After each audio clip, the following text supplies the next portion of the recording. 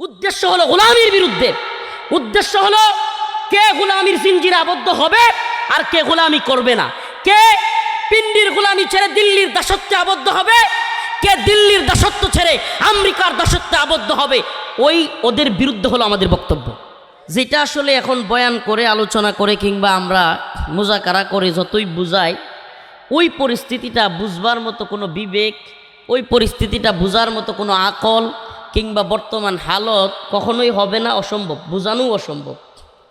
যদিও কিছুটা আমরা এটা তাকরার করতে পারি, আপনাদের সাথে বলতে পারি, মুজাকারা করতে পারি, কিন্তু এটা পরিস্থিতিটা বোঝানোটা আদৌ সম্ভব না।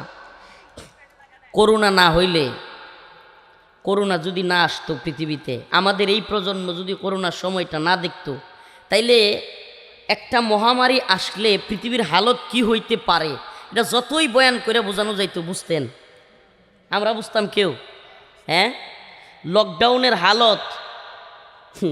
আবার ওই চাষা না, যেই চাষা ওই যে বাসের নিচ দিয়া হান্দায় গিয়া বাজারে জায়গা, ও লকডাউনের কি বুঝবে? কিন্তু হাকিকিভাবে লকডাউন বা করোনা কি হালত গেছে, কি কঠিন পরিস্থিতি গেছে। ভাই ভাইয়ের লাশ চুই নাই। আমার গ্রামে ঘটনা, ভাই মারা গেছে, ভাইয়ের লাশ কাছে যাইতে ভয় পাইছে, গোসল করাইতে যায় নাই, জানাজায় শরীক হয়েছে ভয়ে ভয়ে। এমন হালত গেছে না যায় নাই? আমি জানি না আপনাদের এদিকে গেছে কিনা। আমরা তো বাঙালি, আবার আল্লাহ মাফ করুক, আমিও বাঙালি, আপনিও বাঙালি, আমরা তো বাংলাদেশি, যেহেতু আমরা আবার ভুলা জাতি, খুব দ্রুত ভুলে যাই। এই জন্য কিন্তু দেখবেন যে আওয়ামী লীগ, বিএনপি বা যারা রাজনীতি করে, ক্ষমতায় যায়, দুর্নীতি করে বা খারাপ কাজ করে, সব বাজে কাজ কইরাও কিছুদিন পরে আবার ব্যাক করতে পারে। কেন? তারা জানে যে বাঙালি খুব বেশি ধৈর্য ধরতে পারে না, ভুলে যাবে সব।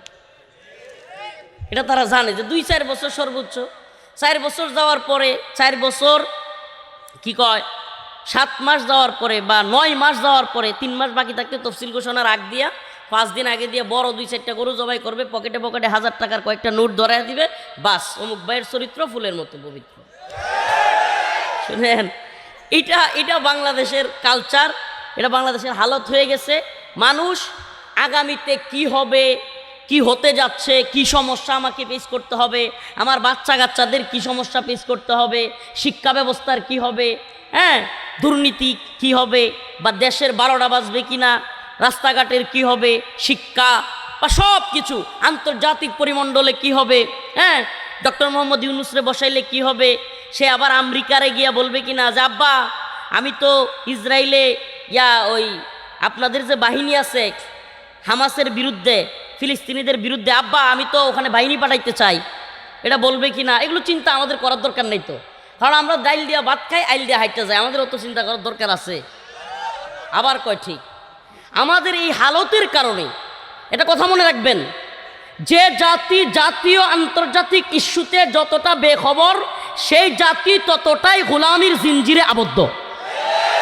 আবারও বলছি, যে জাতি যত বেশি জাতীয় আন্তর্জাতিক ইস্যুতে বেখবর, সে জাতি তত বেশি গোলামির জিঞ্জিরে আবদ্ধ। আমরা গোলাম ছিলাম, আসি, আল্লাহ মাফ করুক, জানি না থাকবো কিনা, থাকবোটা বলতে পারি না, গোলাম ছিলাম, আসি কেমনে? যে আমাদের দেশের স্লোগান খালি একটু একটু করে এদিক সেদিক হয়, একটু একটু করে চেঞ্জ হয় স্লোগান। কীরকম?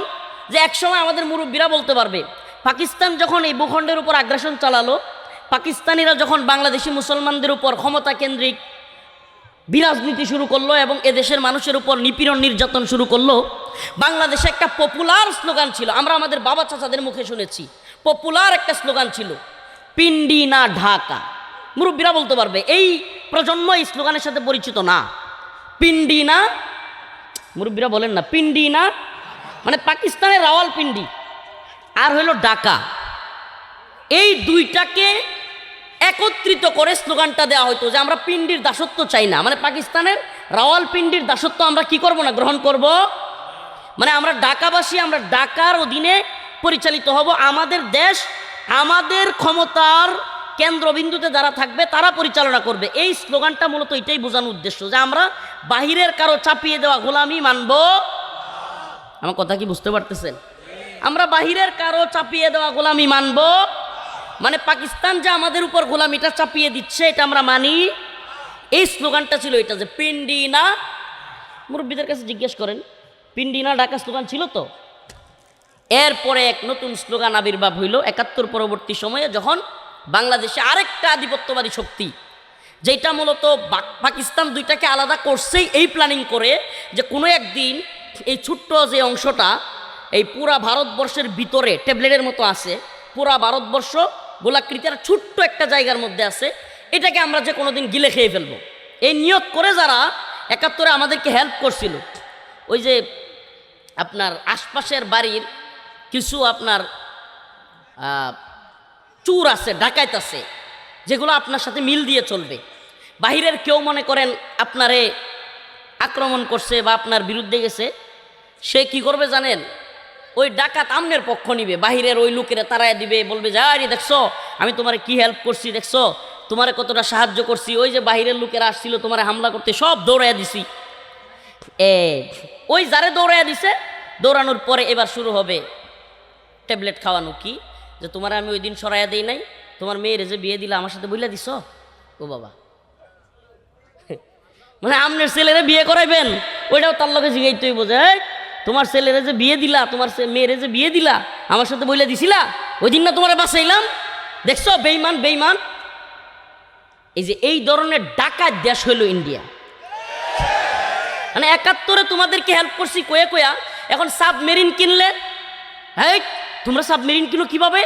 যুদ্ধ বিমান কিনতে চাইলে, হ্যাঁ তোমরা যুদ্ধ বিমান কিনো, কার বিরুদ্ধে যুদ্ধ করবো? আমাদের ভিতরে থাকিয়া। ওরে বাবা, মানে এখন আপনি যাই করবেন তাকে বলতে হবে। আপনার সীমান্তে ইচ্ছে মতো কাঁটাতারের বেড়ায় লাশ ফেলে রাখবে, আপনি কিছু বলতে পারবেন না, দাঁত কেলে হাসে হাসে বলতে পারবে আমাদের তো স্বামী স্ত্রীর সম্পর্ক। মানে আপনার ইচ্ছে মতো মারবে, ইচ্ছে মতো কাটবে, ইচ্ছে মতো ফেলে রাখবে, ইচ্ছে মতো মন চাইলে আপনারে পানি ছেড়ে দিয়া বন্যায় বাসায় নিবে, হ্যাঁ যা মন চায় তা করবে। বলবে যে আপনার অমুক ক্রিকেটার তো আমাদের দেশে এসে খেলতে পারবে না, সে মুসলমান। আর ফাজিলের দল, মানে কেন, কি অপরাধ? কয় যে সে মুসলমান, সে আয়া ভারতে খেলতে পারবে না। এখন একটা মুসলমান হওয়ার অপরাধে একটা ক্রিকেটারকে যারা খেলতে দেয় না, এরা যদি আমেরিকার মতো পাওয়ার থাকতো, ডোনাল্ড ট্রাম্পের মতো যদি বদমাইশ এবং পাওয়ার থাকতো, ডক্টর মোহাম্মদ ইউনুসরে যে কোনোদিন পোটলাই কইরা নিয়ে যাইতো ইন্ডিয়ায়। বাস্তবতা কি না? শুধু ইউনুসের নাম বললাম এমন না, আমাদের কেউ যে কাউকে কি করতো, কিন্তু ওই এত মুডা হেডম নাই তো। এই জন্য এরা ছোট্ট ছোট্ট ইস্যুগুলোতেও দেখবেন যে খুব ক্ষমতা দেখায়। আপনারা কি দেখতেছেন? আপনারা কি এগুলো দেখতেছেন? প্রিয় ভাইরা আমার, বন্ধুগণ আমার, তো এই বাস্তবতায় এরা যে পাওয়ারটা দেখাচ্ছে, এই যে একটা গোলামির জিঞ্জিরে আবদ্ধ হয়েছি, এখন আমাদের কেউ কেউ স্লোগান দেয় দিল্লি না, আমাদের কেউ কেউ, সবাই না, আবার বলতেছি সবাই না। আমি চ্যালেঞ্জ করে বলতে পারি, আল্লাহ মাফ করুক আমার চ্যালেঞ্জ ভুল হোক, আমি লিখে দিতে পারি যে যদি বাংলাদেশে ভারত আক্রমণও করে আওয়ামী লীগ সরাসরি ভারতের পক্ষ নেবে।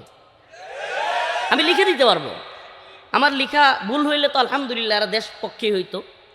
দেখেন আমি কি মনে করতাম জানেন, একটা সময় যে মনে হয় রাজনৈতিক ক্ষমতায় যারা থাকে বা শীর্ষে আছে, এরাই হয়তো মানে দেশের দরদের কিংবা দেশ প্রেমিক হিসেবে স্লোগান দেয়, কিন্তু মনে মনে বাটপার। আমি শুধু রাজনৈতিক নেতাদেরকে মনে করতাম এটা, কিন্তু এইবার প্রমাণিত হইল যে এই ক্রিকেটার নামের ফালতু যেগুলো, এই ভণ্ড বদমাশ বাটপারগুলো দেশপ্রেমিক নামের ভণ্ড।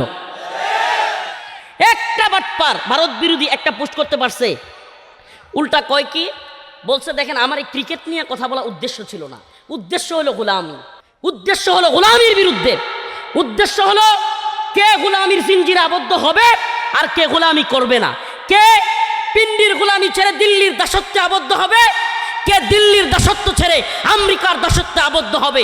ওই ওদের বিরুদ্ধে হলো আমাদের বক্তব্য। একটু ভালোভাবে বুঝবার চেষ্টা করবেন যে হুজুর কিয়ামতের আলামতের সাথে এগুলোর সম্পর্ক কি? সম্পর্ক আছে, একটু পরে বুঝাই দিব আমি। সম্পর্ক আছে, সর্বোচ্চ সম্পর্ক আছে। কিসে আমরা মনে করতাম, আমি মনে করি আপনারা অনেকেই মনে করতেন যে নির্বাচনের আগ মুহূর্তে যারা দেশপ্রেমিক সাজে, জনদরদি সাজে, এই ধরনের রাজনৈতিক নেতারাই হয়তো দেশপ্রেমিকের বন্ড লেবাস ধরে, এটা আমরা সবাই মনে করতাম। কিন্তু এইবার কি দেখলাম যে এই ক্রিকেটাররাও তথাকথিত জাতীয় সঙ্গীত, রবীন্দ্র একটা সঙ্গীত গাইলে, রবীন্দ্রনাথের যে সঙ্গীত, এটা গাইলে ওরে অনেক দিন চোখ দিয়ে পানি ফেলায় দেখে, ওরে বাবারে কি দেশপ্রেম, ব্যাটে বলে দুইটা বাড়ি দিয়ে দেশপ্রেম দেখায়, বাঙ্গা হাত একটু লইয়া একটু খেললেই দেশপ্রেম হয়ে যায়। আরে বেটা, দেশপ্রেম এইটার নাম না।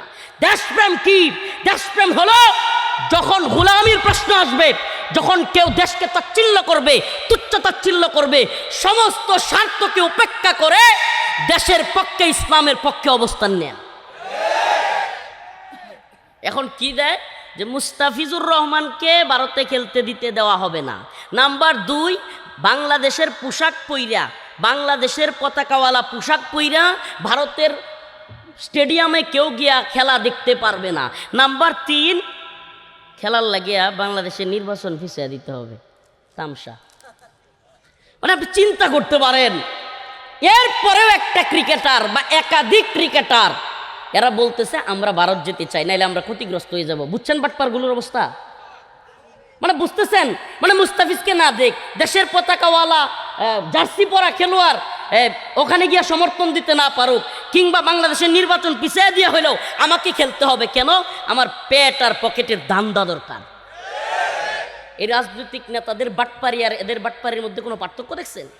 হ্যাঁ, আমি এত সুস্পষ্ট কথা কেন বলি জানেন? সুবহানাল্লাহ। আল্লাহর দিন, আল্লাহর জমিন, এই জমিনে যতদিন আসি হক কথা বলবার চেষ্টা করব। যদি শরীফ ওসমান হাদি ভাইয়ের মতো শাহাদাতের মৃত্যু লেখা থাকে, মারা যাব। কিন্তু এই দালাল বাটপারদেরকে চিহ্নিত করতে হবে। এই দেশ জাতির আবেগ নিয়ে খেলা করা এই ভণ্ড নেতা এবং এই ভণ্ড সেলিব্রিটিদেরকে মুখোশ খুলে দেওয়ার সময় এসেছে।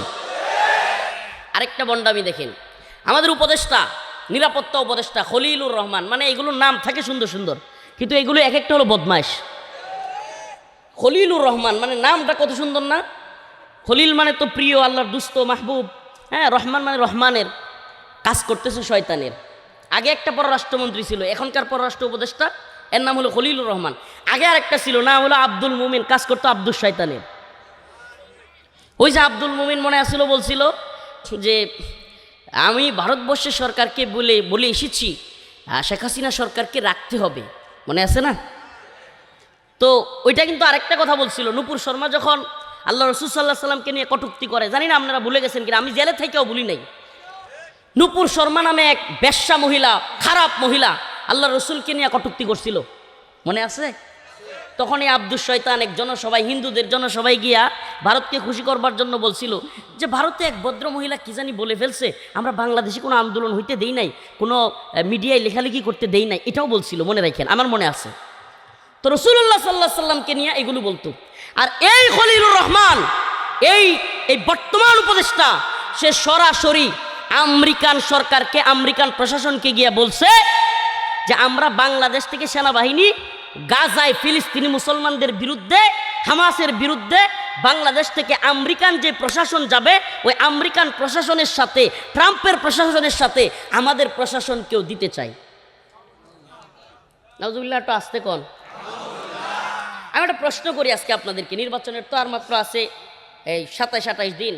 তো এখন তো আল্লাহ মাফ করুক, অনেক হুজুররা, অনেক রাজনৈতিক নেতারা এরা কিছু বলবে না, এরা এমনিতেও বলতো না। আমেরিকার গোলামিটা এত গভীরে যে দিল্লি না ঢাকা স্লোগান দেওয়া যায়, কিন্তু ওয়াশিংটন না ঢাকা স্লোগান দেওয়ার মতো মরদ এদেশের কোনো রাজনৈতিক বাটপারের নাই।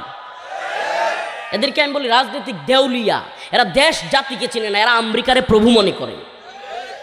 তো এখন কি অবস্থা? আজকে যদি এই একই কাজ, আজকে আওয়ামী লীগের লোকেরা অনেকে খুশি হবে আমার এই কথায়, কিন্তু আমার তো কারো খুশি করার উদ্দেশ্য না, বাস্তব হালতটা জাতির সামনে পরিষ্কার হওয়া দরকার। আজকে যদি হাসিনা সরকার এইভাবে বলতো যে ফিলিস্তিনের মুসলমানদের বিরুদ্ধে, হামাসের বিরুদ্ধে আমেরিকার পক্ষে সেনাবাহিনী পাঠাবে, এই দেশের তথাকথিত রাজনৈতিক দলগুলো আর তথাকথিত কিছু ইসলামিক দল আছে, গণতান্ত্রিক ইসলামিক দল, এগুলো ইসলামের নামে অযথা মানুষকে ধোঁকা দিচ্ছে। এরা দেখতেন যে মানে গাল তো মুখ তো একটা 10 মুখ করে হাক করতো, এমনি হাক করে চিল্লে উঠতো, এই দেখো ফিলিস্তিনের বিরুদ্ধে হাসিনা চলে গেছে। তো এখন তোমাদের বাপ ইউনুস এবং তাদের উপদেষ্টা যে আমেরিকার পক্ষে, আমেরিকাকে বাপ ডাইকা বাংলার মুসলমান সেনাবাহিনীকে আমেরিকান সেনাবাহিনীর সামনে ফিলিস্তিনিদের বিরুদ্ধে দেওয়ার জন্য আবেদন করছে, এটার বিরুদ্ধে কথা বলবার মতো হিম্মত তোমার নাই? গোলামের বেটা, আল্লাহ এদেরকে হেদায়েত দান করুক। আরো জোরে বলেন আমিন। ও মুসলমান, বুঝতেছেন? ফিলিস্তিন ফিলিস্তিন বলে চিল্লান, ফিলিস্তিনের পতাকা মাথায় দেন, ফিলিস্তিনের জন্য মার্চ পর গাজা করেন, তথাকথিত সেলিব্রিটি বক্তা বিশাল ফিলিস্তিনিদের পক্ষে, এখন ফিলিস্তিনিদের পক্ষে বলেন এই উপদেশটা কি করে বলল, কি করে ফিলিস্তিনি মুসলমানদের বিরুদ্ধে এইভাবে গাজায় মুসলমানদের বিরুদ্ধে আমেরিকার পক্ষে সেনাবাহিনী পাঠাইতে বলল, ওরা লাঠি দেশ থেকে বের করা উচিত।